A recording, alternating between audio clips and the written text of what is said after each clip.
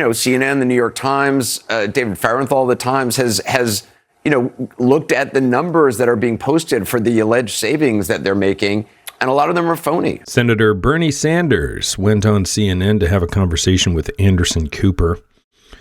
And I'd like to watch this with you. I'll have some opinions as we go, and then I want to know what you think in the comments, but why don't we just get right into it?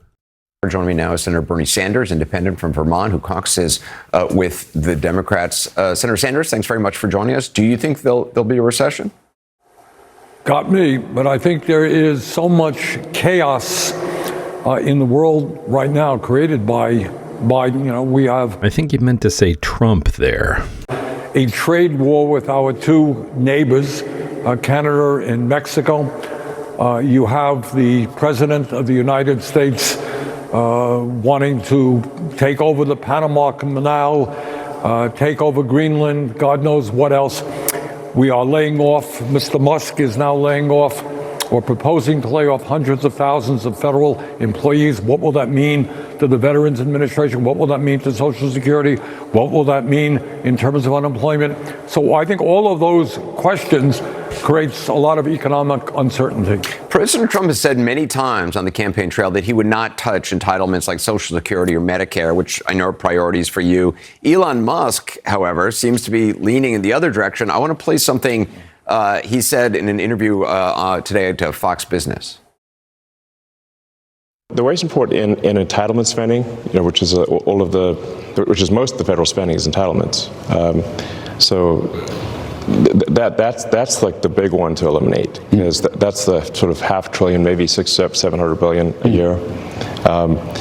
That is also a mechanism by which the Democrats attract and retain illegal immigrants by essentially paying them to come here, yes, and then turning them into voters.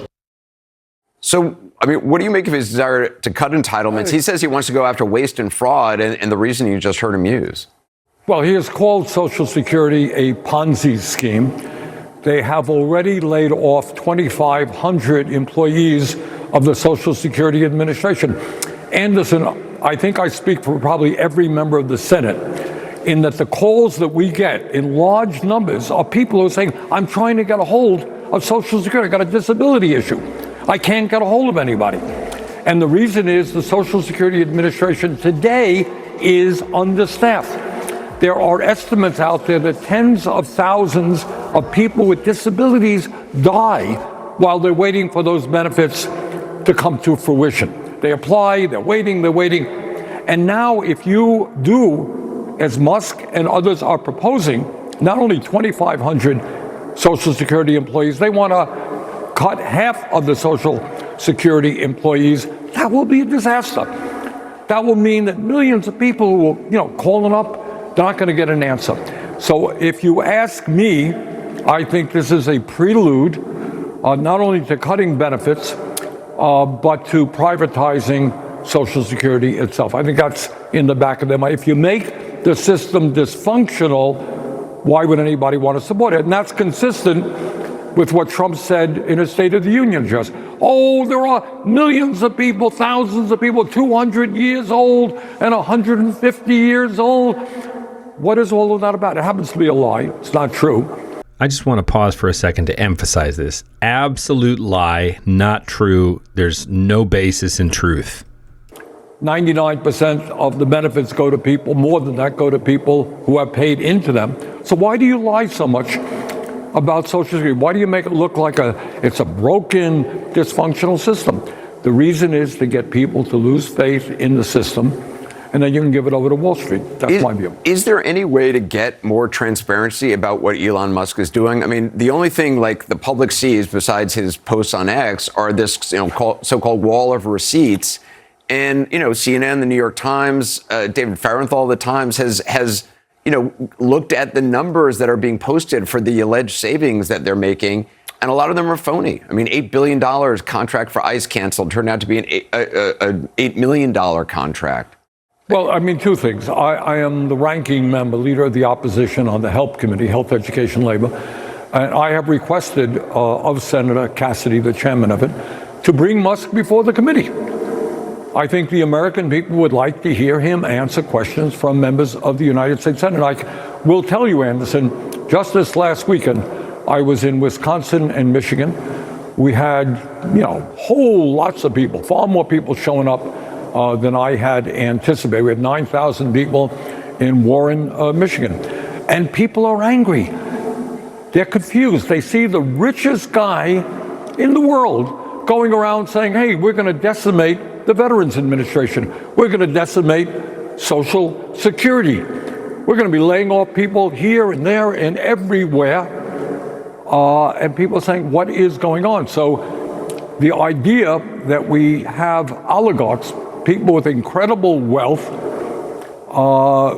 trashing programs that working people desperately need is, I think, unacceptable to the vast majority of the American people.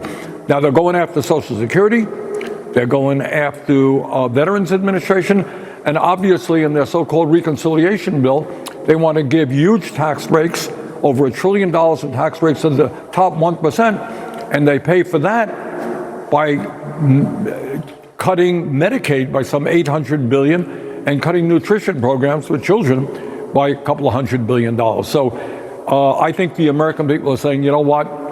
We're struggling enough right now. 60% living paycheck to paycheck. Don't give tax breaks to billionaires. Cut programs to working people. Don't go after Social Security.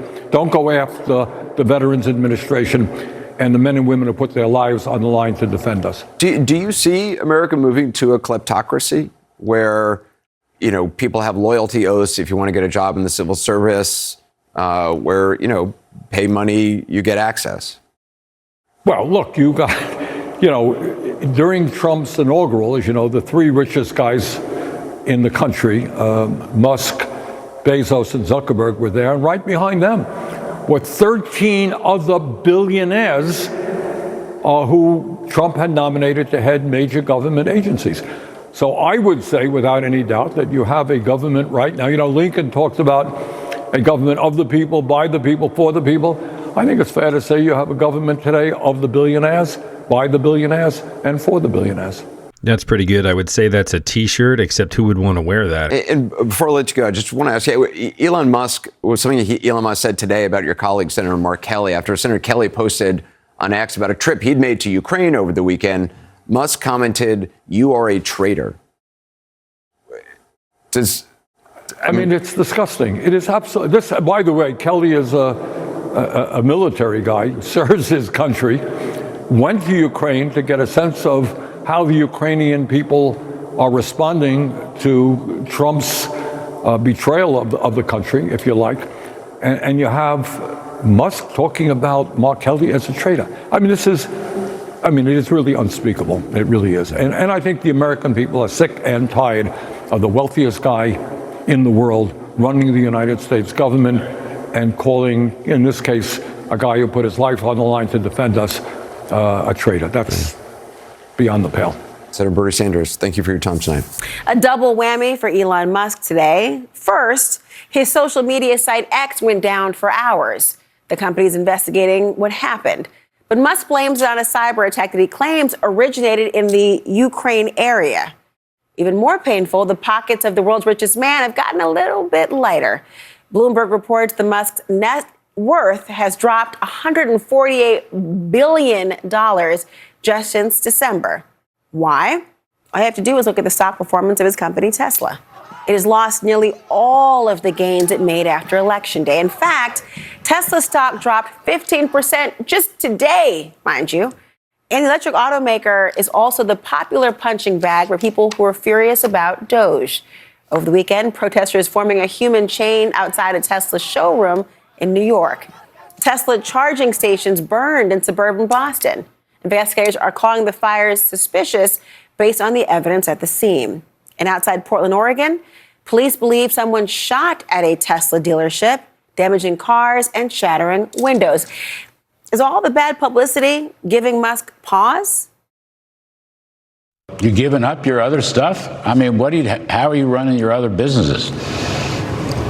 With great difficulty.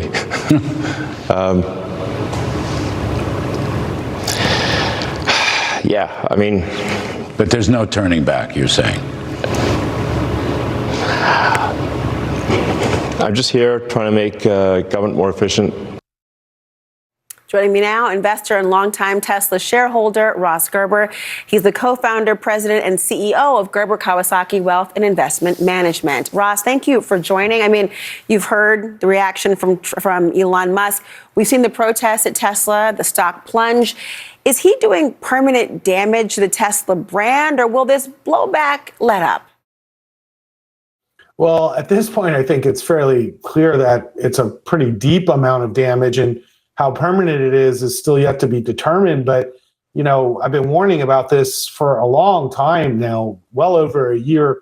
And as his roles have changed more and more in government and in politics and his opinions, it's had a bigger and bigger cost to Tesla. And it's really, really sad as a supporter of Tesla for so long and a believer in Tesla's mission to see it subverted by its own CEO into a political tool where people are actually protesting against a company that's critically important for climate change.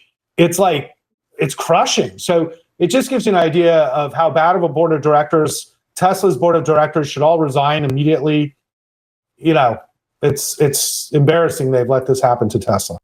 The video continued onto that stuff about Musk and Tesla at the end. And I know the conversation with Bernie ended, but it was just too satisfying not to include. Let me know what you think in the comments.